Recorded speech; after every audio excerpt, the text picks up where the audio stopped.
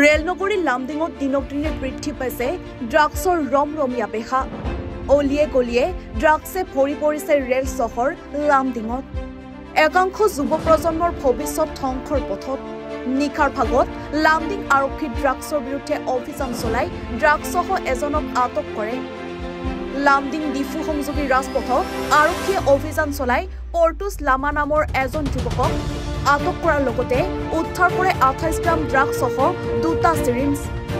লামডিং আৰক্ষী থানাৰ ভাৰপ্ৰাপ্ত বিষয়াৰ নেতৃত্বত চলিছিল এই অভিযান। Bureau report এনিফাৰো 24।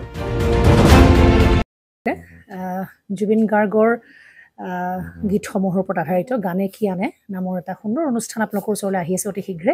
অহা 15 আগষ্টৰ পৰা ধেমাজিৰ পৰা প্ৰথম অডিশ্যন আৰম্ভ হ'ব আৰু সেই অডিশ্যনৰ যোগেদি বিভিন্ন কণ্ঠশিল্পীসকলে যিসকলে এই অনুষ্ঠানত যোগদান কৰিব বিচাৰে তেওঁলোকে এই অডিশ্যনৰ যোগেদি আগবাঢ়ি আহক আৰু জুবিন গাৰ্গৰ বহুত ভাল লগা গান আমি সদায় শুনি আহোঁ আৰু আপোনালোকৰ যদি ভাল লগা গান থাকে জুবিন গাৰ্গৰ আপোনালোকে গাই ভাল পায় তেন্তে অডিশ্যনত যোগদান কৰক। মোৰ ফালৰ পৰা আন্তৰিক শুভকামনা থাকিল এই সম্পূৰ্ণ অনুষ্ঠানটোলৈ। ধন্যবাদ।